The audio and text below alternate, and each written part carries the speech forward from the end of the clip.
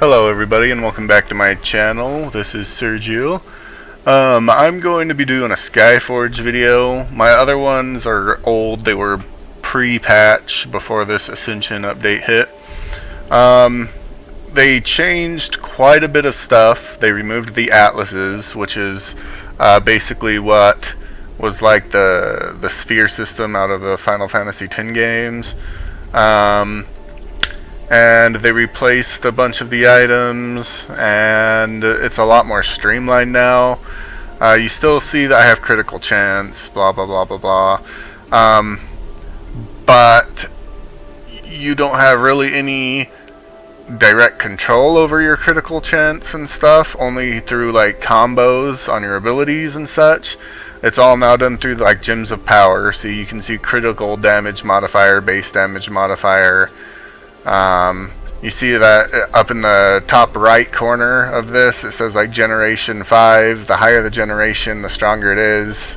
Invasions are now 8 weeks long, and each new invasion is going to bring new generations of equipment with it.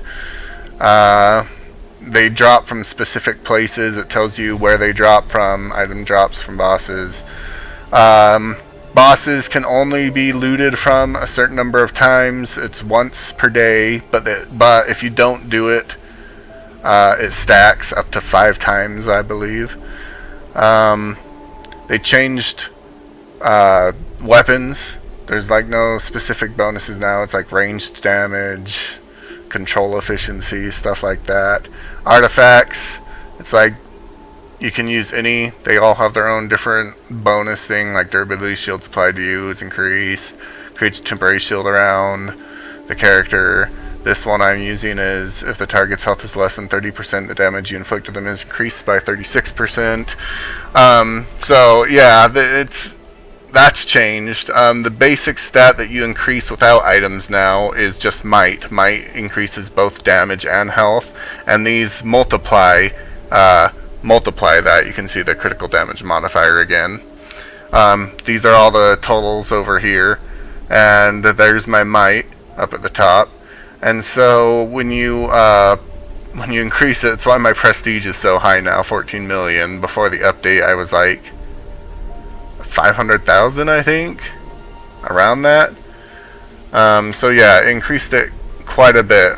Classes, they changed like abilities.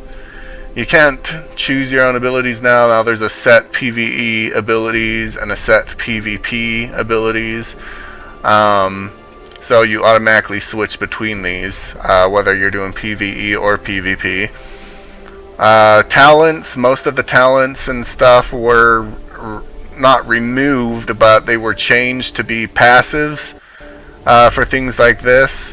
Cryonic Pulse has a 6% chance to grant the Icy Meteor effect to the Cryomancer for 15 seconds, which makes the next Icy comment free. Oh, and there goes my connection. Oh man. Oh God. Oh man.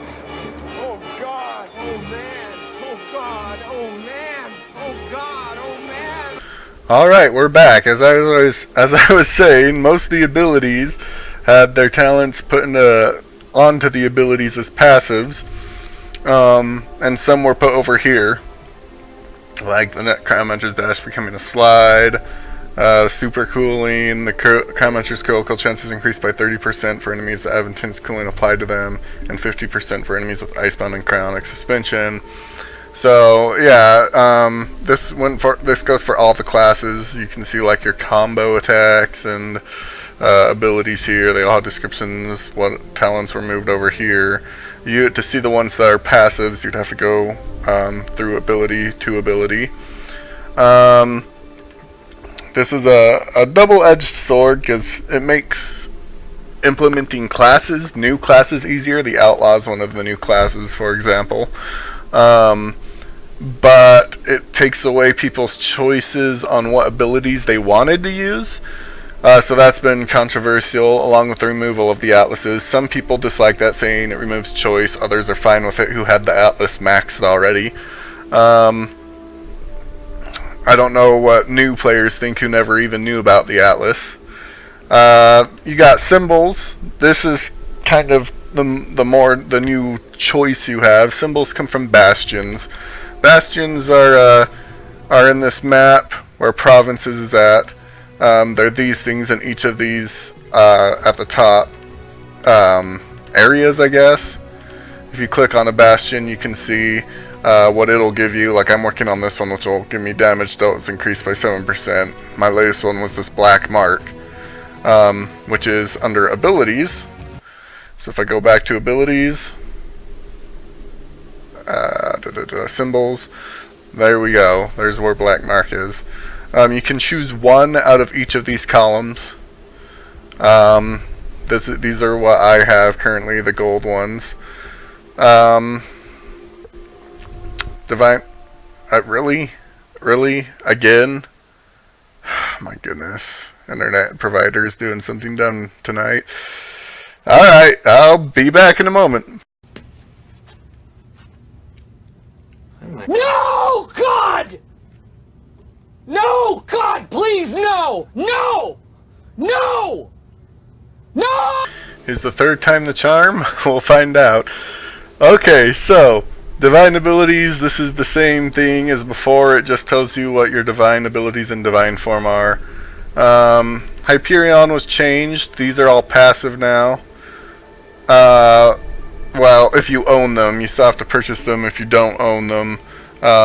If your Pantheon doesn't own them. I know Pantheon Wars are returning soon, so the owners of these could change. I'm in Legion of Archangels, we own one. Let's see, Exile owns 3, and Myrmidons own 2. But like I said, Pantheon Wars is coming back, it could change. Companion abilities, I don't know why it's showing that. Oh, alright, anyways, the companion, oh look, there it is. The companion is like a little pet thing as a basic attack. Picks up loot automatically, revive master.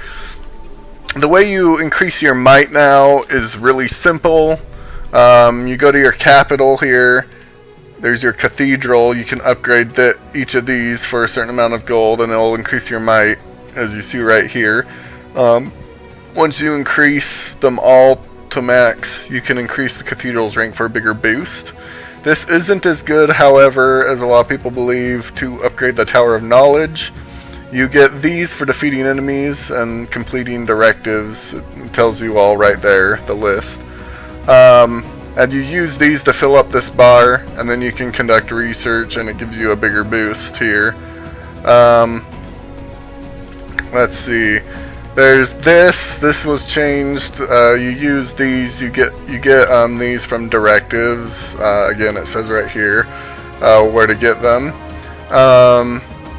And you use these, and it increases your might and gives you a % boost to might from certain things. See, there's bastions, there's cathedral, there's Tower of Knowledge. And then doing bastion quests also increases your might. See, might plus 80 if you do that. Again, you get 1 bastion quest per day, and it stacks. Maximum number of quests stored is up to 7. And that's the same thing with these directives too. This is a directive. You complete it all, and you get a list of rewards that they give you. Let's see. You got the world. This shows what invasion's going on. Shows what week you are, what's coming next week. See, new distortions, new difficulty levels, new equipment generation. Shows your operation priority. Invasion shows what invasion things there are. Oh yeah, and then there's the laboratory in the capital. This gives you combat superiority depending on the invasion that you're currently working on.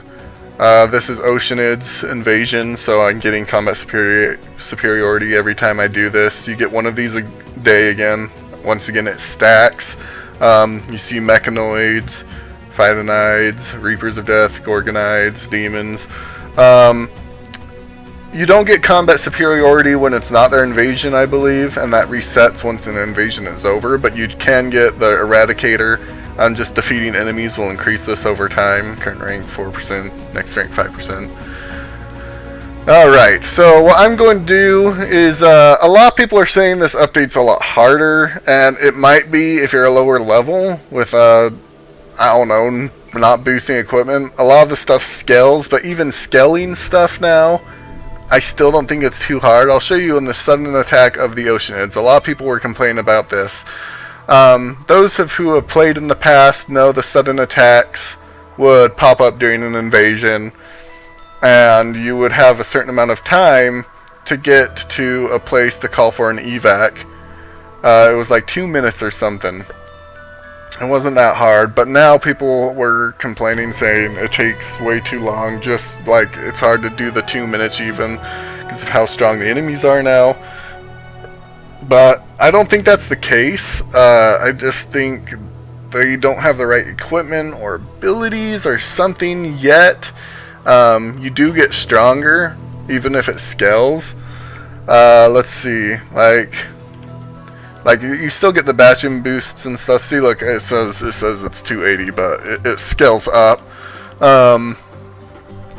So what I'm going to do is I'm going to join this as a Cryomancer today and show you. It'll take about 5 minutes, probably, to do this, or less. I'll show you how I run through it. Okay, depending on where you start. Usually there's a way you can cut past most of the strong enemies. This is not one of those places. You need to clear a spot for the evacuation but it's fine. transport to land. So I just spam some Icy Comet. Kill the diamonds first. They hit harder than a lot of the stronger mobs. They're meant to be wiped out first. Okay, you can see the countdown there on the side. Protection of civilians. Oh, that's weird. I've never had that happen before. Oh yeah, another update in this, enemies can drop weapons. Different weapons. So I pop down wide out. I take these guys out.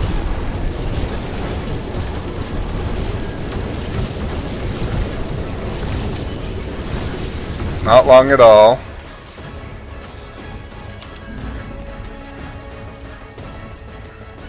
So there we go, I got efficient evacuation done. The Templars will begin evacuation. Oh, there's the bombs. And you need to get to the center and eliminate the commander of this landing troop. The rescued residents said that a bomb has been placed in the city. I advise you to defuse it. Oh, there's my Icy Comet boost. You'll see that does a lot more damage.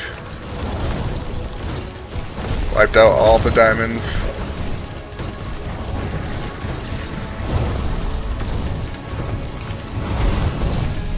I hardly ever played Cryomancer before the update, so I don't know how it compares. Oh, see, look, I dropped a staff, picked up the staff, now I can zap them, their own weapon. And it's like chain lightning.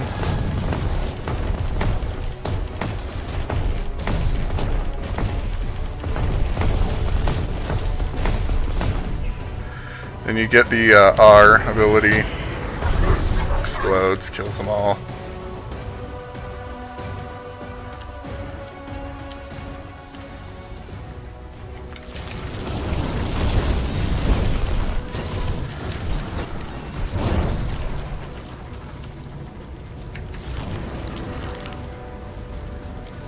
I mean, it really isn't that hard. It takes a little longer than what it used to. Okay, so the E that just appeared is Narion's hammer, which I can now use. I'll save it for just a moment after I kill all the soldiers that he calls. It's a bad day to be you. Should take them just a moment to come. Yep, there we are.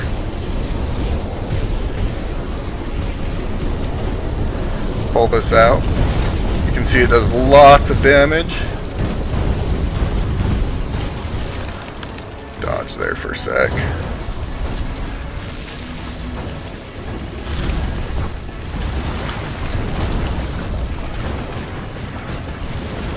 Swap out Narion's hammer.